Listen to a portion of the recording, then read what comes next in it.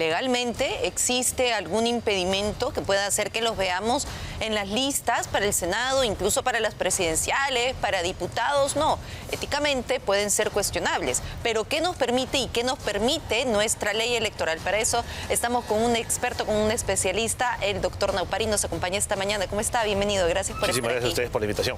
Bueno, estamos viendo estos casos en los que realmente no están impedidos, no hay ningún factor que decida que no puedan ir a las próximas elecciones.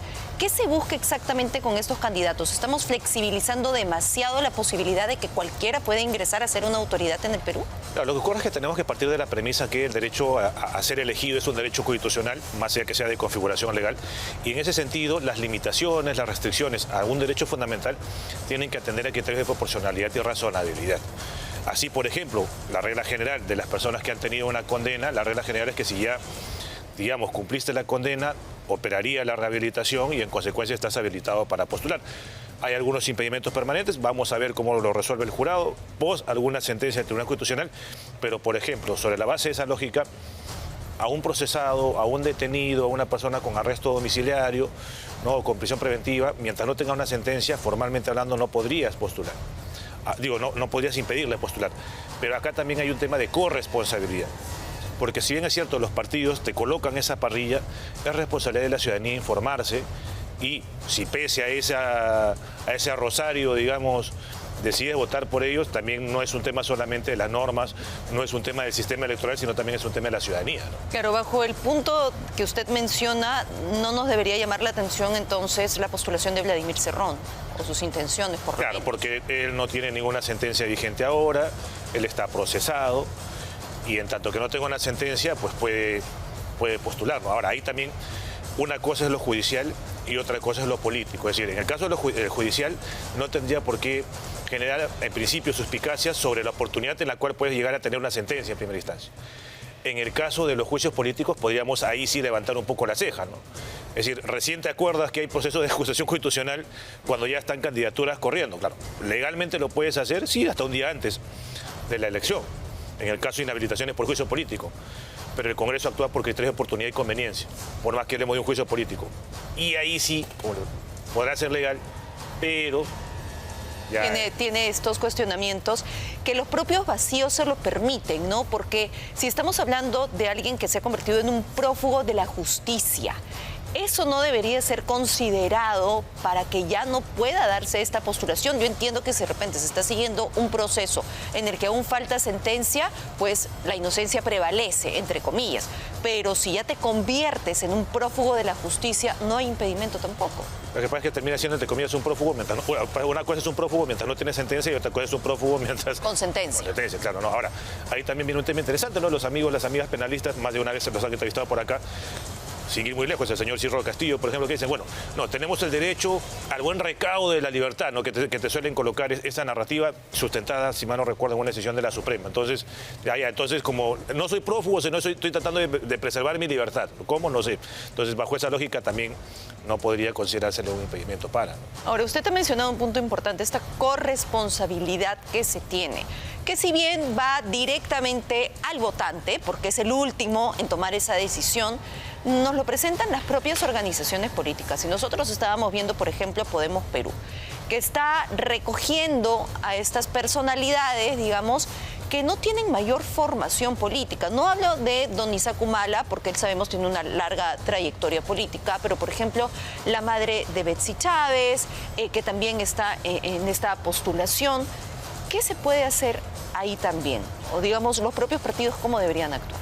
Bueno, lo que ocurre es que ahí en el caso de los partidos tendríamos que distinguir entre lo que es la elección primaria de la designación directa. En la elección primaria, tu único parámetro para poder determinar quién va o quién no va es tu estatuto. Y mientras tú no cambies tu estatuto, pues tendrás que dejar pasar.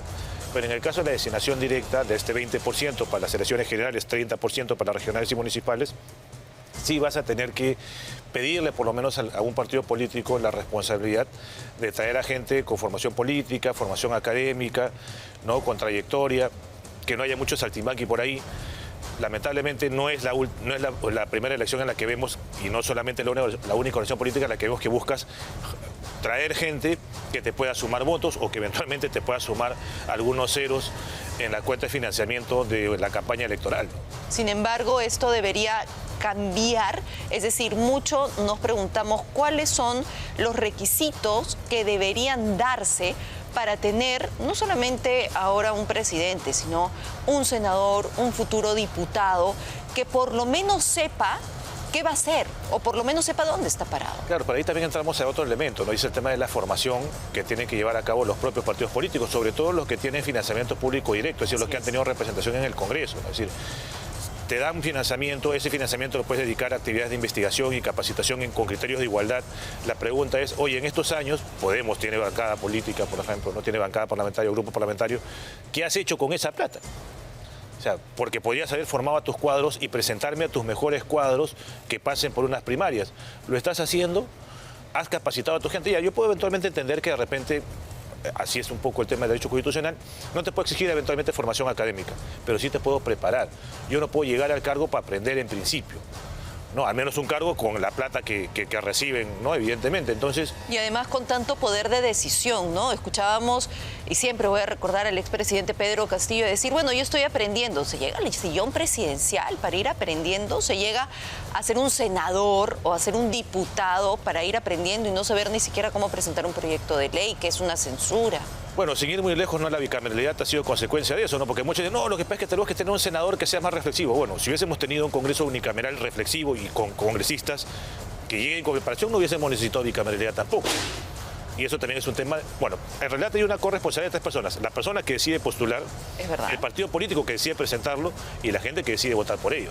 Finalmente creo que nosotros somos los que tenemos hoy por hoy más aún la posibilidad de tener esa información, solamente a través de los medios, digamos, los que siempre hemos conocido, sino a través de las redes sociales. Entonces, si ahí el votante ni siquiera quiere buscar esos detalles, se va al error. Ah, claro, no. Incluso también tenemos la figura de la declaración jurada de hoja de vida de candidato, porque puede que de repente tú no tengas el impedimento porque ya cumpliste tu condena como regla general, pero eso no obsta para que tú, ciudadano o ciudadana, determines si es que le vas a dar tu voto a una persona que ha sido sentenciada. Porque si bien es cierto, el ordenamiento constitucional alude al tema de la rehabilitación, el ordenamiento constitucional apunta a un fin resocializador de la pena y en el papel, una vez que cumplí mi condena, yo ya debo haber sido reinsertado en la sociedad. Lo cierto es que en el plano de los hechos, y lo vemos en casos de inseguridad ciudadana, tú entras y sales como Pedro por tu casa del establecimiento penitenciario, entonces no te rehabilitaste para nada. Entonces, si aún así tú decides darle tu voto a una persona que ha sido rehabilitada, ya es un tema de cada persona. Ahora, en lo que sí se han puesto varias llaves es, por ejemplo, en el caso de Antauro Humala. Pero no va por haber cumplido incluso con una sentencia firme, sino que por el pago de la reparación que todavía tiene pendiente de 1 millón de soles. ¿Cuál es la figura ahí? Claro, lo que ocurre es que formalmente mientras tú no has cumplido con la condena, y la condena puede tener pena de inhabilitación, reparación civil, puede tener eventualmente la pena privativa de libertad, formalmente no estarías rehabilitado. Y el otro supuesto es cuando tú eventualmente sigues figurando en el registro de deudores de reparaciones civiles. ¿Qué es lo que ha ocurrido? Lo que ocurre es que en un primer momento el parámetro para determinar si se quiere esta figura de la rehabilitación automática prácticamente era única y exclusivamente la pena privativa de libertad. Es decir, si te daban 6 años, pasaban los 6 años, salías, se entendía en principio que independientemente de la reparación civil ya estabas rehabilitado. Por eso es que una cosa era la sentencia y otra cosa era figurar en redresi, que es el registro de deudores de reparaciones civiles. En cambio ahora el 69 del Código Penal no te dice, no, ¿sabes qué?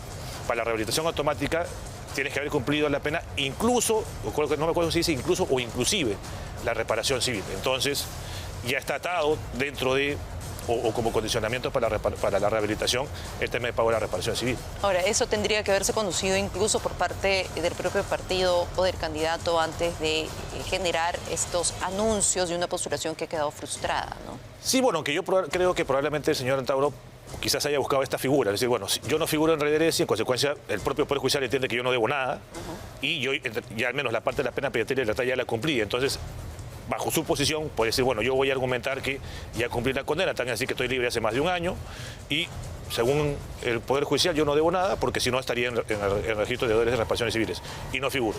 Entonces yo estoy habilitado. Asumo que de repente la construcción argumentativa del señor Antauro iba a ir por ahí, ¿no?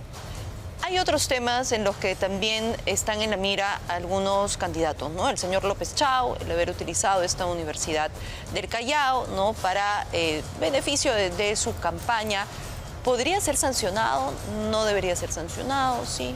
Bueno, a ver, primero que habría que tomar en consideración que por infracciones al deber de neutralidad o infracciones a normas sobre propaganda electoral no hay exclusión. La única exclusión que, digamos, podría estar atada a este tipo de temas es el tema relacionado con las dádivas. Si tú entregas una dádiva que supere las 2 UITs en un solo bien, o que sea de 2 UITs en un solo bien, la exclusión es directa. El otro supuesto es que tú reincidas en la conducta entre de dádivas, en la conducta prohibida. Solo en ese supuesto cabría la exclusión hasta 30 días antes, siendo que la primera instancia tendría que colocarte la resolución de exclusión hasta el 26 de febrero del próximo año. De ahí no habría nada. Ahora, en ese caso, creo que lo que ocurrió fue que ha sido después del evento, que él, en el marco de una entrevista posterior al evento, él habría dado una entrevista en la cual habría hecho referencia a algunas propuestas de campaña. Pero ahí, por ejemplo, no es que tú estés utilizando una universidad para hacer un acto proselitista, porque la actividad fue académica, terminó la actividad y post-actividad, en el marco de una entrevista, que ni siquiera es un meeting, sino una entrevista que le das a un medio en concreto, puedes dar cuenta de algún tipo de comunicado o de comunicación política. Ahí, en mi juicio... Sería una figura parecida a la de José Gerí, que en una entrevista responde directamente ante un medio sobre un tema en específico acerca del partido. Claro, lo que ocurre es que en el caso de Gerí es neutralidad. En el caso de López Chau sería infracción a las normas sobre propaganda, sí. Porque en el peor de los casos, quien eventualmente podría aludirse el tema de neutralidad sería la autoridad de la universidad, pero no él. Porque él no es funcionario público, en consecuencia no le puedes aplicar infracciones sobre normas de neutralidad. Por eso son casos diferentes. En este sentido, cuando ya nosotros hablamos de personajes que tienen cargas, mochilas, denuncias de por medio y que igual van a esa postulación, de repente algún otro militante del partido podría colocar alguna observación, me refiero incluso previo al tema de las elecciones primarias. ¿Cuáles son esas posibilidades en las que se puede solicitar que uno de estos participantes realmente no vaya ni siquiera a esas primarias? A ver, primero habría que tomar en consideración que para poder plantear una tacha tendríamos que hablar de candidatos inscritos. Todo lo que ocurra hasta antes de que se admita una lista de candidatos es meramente declarativo, al jurado especial no tiene ni siquiera que pronunciarse sobre el tema. Ahora, por ejemplo, y que ya ha habido ahorita, por ejemplo, hay varias listas de candidatos que están en periodo de tachas incluso. Presentan la solicitud, 3 días calendario para calificar, pueden observarte y te dan 2 días para subsanar, 3 días para volver a calificar la subsanación, publican la resolución de admisión de la lista de candidatos. A partir del día siguiente que se publique esa resolución, tienes 3 días calendario para tachar. Cualquier ciudadano puede tachar, tendrá que recolectar su UIT, ojalá que plantee la tacha ahora, porque el otro año va a estar más caro, ¿no? Pero esas tachas tienen que estar sustentadas en la infracción a la Constitución, Ley Orgánica de Elecciones, Ley de Relaciones Políticas vinculada a democracia interna, y que por esa infracción a las normas sobre democracia interna podrías comprender infracciones a las normas estatutarias o el marco normativo interno del partido. Puedes plantear una tacha contra un candidato específico, algunos candidatos o contra toda la lista, dependiendo de la naturaleza de la infracción. Pero no es que, ya tiene denuncia, lo va a tachar, vas a perder tu plata, porque en realidad el tener denuncia no es un impedimento. Por ejemplo, ¿no? Oye, esta persona es éticamente inadecuada. Tampoco es un supuesto, digamos, para declarar fundada una tacha vas a perder más de 5.000 soles por eso. Claro, porque digamos, para el ente electoral viene a ser un tema muy subjetivo. Si no hay ninguna sentencia, como dice usted, ninguna decisión judicial, entonces lo que a uno les puede parecer bien, a otros les puede parecer. Lo que ocurre es que el jurado de especial en primera instancia y el pleno del juez en segunda siguen siendo tribunales jurídicos, en tanto que son tribunales jurídicos y el procedimiento de inscripción de lista de candidatos es uno de naturaleza jurídica, que comprende también el de tachas, ellos están atados a lo que la Constitución y las leyes prevean. Si eso no es un impedimento, entonces, o no es una causal de exclusión, que es distinto a la tacha, no van a poder eventualmente retirar a nadie de la contienda electoral. Ahora, ¿por qué se ha llegado al punto de tener un partido descalificado, ¿no? Que no va? Acción Popular, un partido histórico, hemos visto el escándalo que se generó a la interna y que lo ha llevado a la peor crisis de su historia, pero que también nos refleja cómo están en general los partidos y la política en el Perú. Bueno, lo que ocurre en el caso de Acción Popular, bueno, asumo que ellos irán por el amparo de todas maneras, pero ya por precaución no van a poder participar, ¿no? Ya el jurado ha tratado de optimizar su función fiscalizadora y los ha excluido antes. Desde mi humilde punto de vista, yo sí me refiero en que el vicio en el que habría incurrido Acción Popular era algo que el jurado tenía que haber evaluado post calificación de la solicitud de inscripción y caso por caso, ¿no? Lamentablemente el jurado fue a barrer con todo, sin distinguir. ¿Un tema mediático, cree usted? Yo quiero creer que no. Yo quiero creer que ahí eventualmente lo que ha ocurrido es que ha habido eventualmente una aparente confusión entre la función fiscalizadora y la función jurisdiccional del Pleno, y sobre la base de un correcto ejercicio de la función fiscalizadora, ellos han terminado decidiendo jurisdiccionalmente sobre la base de eso y sobre la base de un procedimiento que no estaba previamente regulado, la nulidad cualitativa total de las elecciones primarias. Que en su punto de vista no debió darse de esa manera. No, porque no tenías el procedimiento y yo persisto, ahorita por ejemplo nos ha generado una situación de incertidumbre. Acción Popular va a ser cancelada su inscripción el 2 de enero del 2027 o no, porque digamos, tú tienes dos supuestos, o no pasar la valla o el tema de no participar. Ya, el artículo 24 de la Ley de Organizaciones Políticas te dice que tú no podrás seguir participando si no superas el 10% de los votos válidos. Pero acá no es que no has superado el 10% de los votos válidos, no has tenido ningún voto válido porque tu nulidad ha sido cualitativa. La pregunta es, esta nulidad cualitativa, que para la cual el jurado se ha remitido a la Ley Orgánica de Elecciones, porque no estaba ni en la Ley de Partidos Políticos ni en su propio reglamento, ¿es un equivalente a no participar? Porque si es un equivalente a no participar, entonces tienen que cancelar la inscripción el 2 de enero del próximo año. Digo, del 2027. Complicado. Entonces, por eso es que yo asumo que ellos tendrán que ir por el amparo, ya no para participar, porque participar es imposible, ¿no? Pero por lo menos para que ellos eventualmente eviten perder. Claro, porque muchos decían, bueno, esta es una figura que va a terminar favoreciendo a Acción Popular porque como no tenían, digamos, el arrastre, ¿no?, que se necesitaba, entonces no pasa nada con su inscripción, pero ahora con lo que dice, también hasta eso está en juego, ¿no? Entonces parece que esas disputas internas han hecho perder más de lo que se pensó. Y si pierden la inscripción, recordemos que ya el Congreso restituyó la figura de los adherentes, que en realidad no tiene ningún tipo de vinculación del partido, pero bueno, lo que han buscado con esta figura aparentemente es un poco cerrar la cancha, y es más de 500.000 de firmas en 2 años, ¿no? Es bastante. Vamos a ir al tema del padrón electoral, ya con las inscripciones que se tienen, la posición que se le dé o no a cada partido. La cédula. La cédula, sí, al padrón, a la cédula misma de votación. Cuando ya nosotros lo tengamos frente a frente, hay un tema también de visión y de tenerlo de forma física ligado al voto. Eso es inevitable. ¿Cómo se va a hacer con aquellos que van a ir hacia el final? Bueno, ahí es un trabajo conjunto que van a tener que hacer los amigos de la OMPE y los propios partidos, ¿no? Porque al final del día es el azar, ¿no? O sea, te puede tocar arriba, abajo y es por sorteo. No es que yo presenté mi solicitud primero y voy arriba, no. Cualquiera. Entonces ahí aleatorio. Tendrás que, el partido también tendrá que decirle, oye, estoy en la primera mitad de la tabla, el primer tercio, estoy abajo, ¿no? Para que por lo menos puedas colocarte o generar esa recordación. Usted tienes que hacer que la gente se acuerde del símbolo y de la zona de la cédula donde te encuentres. Y en el caso de los candidatos al Parlamento Andino y al Congreso, ¿en qué columna tienen que marcar el número por el cual estás postulando? Porque vas a poder ejercer el voto preferencial en 4 columnas.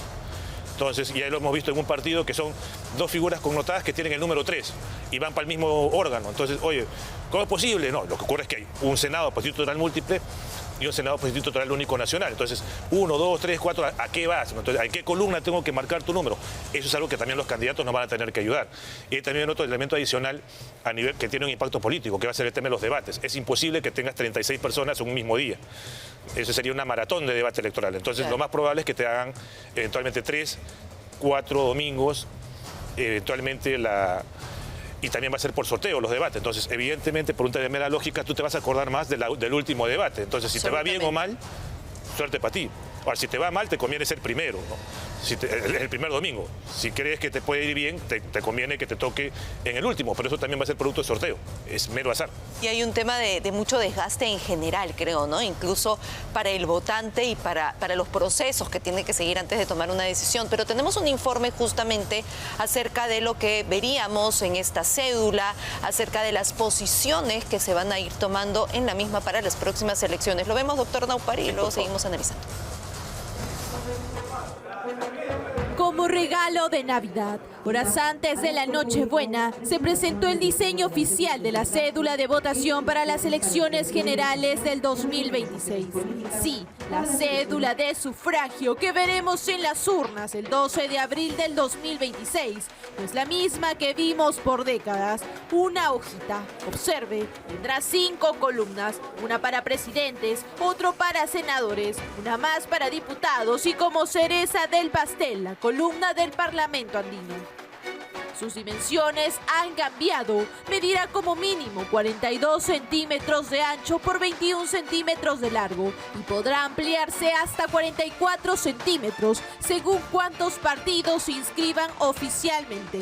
En función a la cantidad de organizaciones políticas que se incluyen en la cédula definitiva, esos espacios o filas se van a distribuir homogéneamente, tanto filas como columnas. Eso la convierte en una de las cédulas más amplias en la historia electoral peruana. Cada columna estará subdividida en 3 secciones, un encabezado, instrucciones para el elector y el resto será el cuerpo con todas las opciones para la votación. En el caso de la elección presidencial, se tendrá el nombre de la organización, pero tienen el símbolo y fotografía de cada candidato a todo color. La cédula se encuentra dividida proporcionalmente en 5 columnas: presidente y vicepresidentes, senadores a nivel nacional, senadores a nivel regional, diputados y Parlamento andino. En la esquina superior derecha presenta un código de barras impreso en color negro. Eso bate un récord tras ser 38 agrupaciones políticas las que permanecen en carrera, lo que obliga a expandir el espacio. Ahora los peruanos tendrán que decidir entre decenas de opciones en una cédula que parece no tener fin. Y el voto digital ya no es más una opción. La OMPE ha decidido no aplicar el voto digital para las elecciones 2026. En la medida que necesitamos que los organismos electorales puedan mantener coherencia en el ejercicio de sus atribuciones y darle la tranquilidad a la ciudadanía y a los actores electorales para un proceso electoral que fluya con tranquilidad. Según la OMPE, se estima que el 12 de febrero se realice el sorteo aleatorio de las ubicaciones de las organizaciones políticas en la cédula de votación, mientras que la prueba de color y el inicio del proceso de impresión están previstos para el 11 de marzo. Y así, mientras el país intenta ordenar su calendario del 2026, las elecciones ya tienen algo claro. Si escoger un candidato es difícil, esta vez encontrarlo en la cédula podría ser aún más.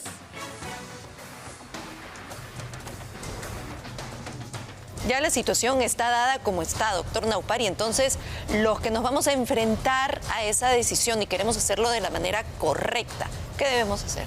Yo creo que lo primero que tenemos que tomar en consideración es, como bien lo has mencionado, Marcelo, resaltar la importancia de la elección congresal en un escenario bicameral como el que vamos a venir, sobre todo en el ámbito del Senado.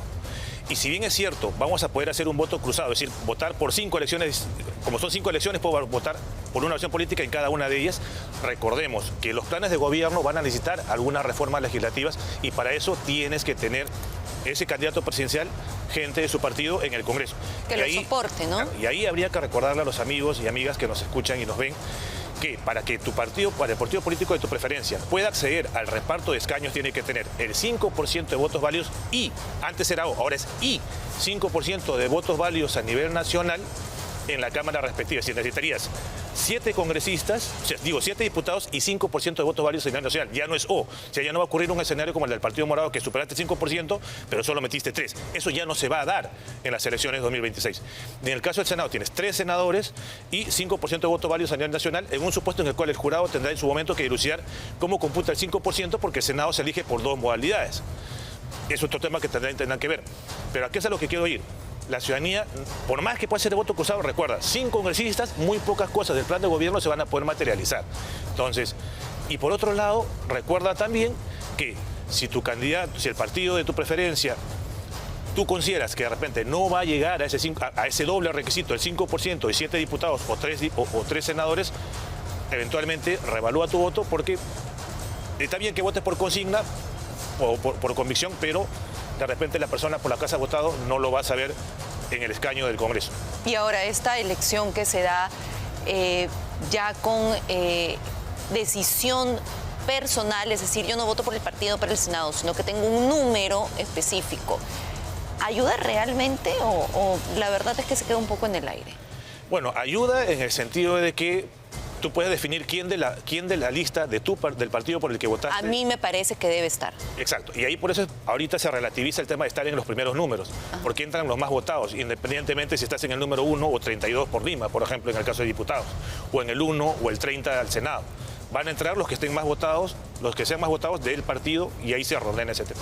Bueno, vamos a ver entonces qué va a suceder, porque la verdad es que el dolor de cabeza empieza ahora y no va a terminar el día de la votación, ¿no? Sino todo el proceso que se viene posterior. Doctor Naupari, como siempre, un placer haber conversado con usted esta mañana.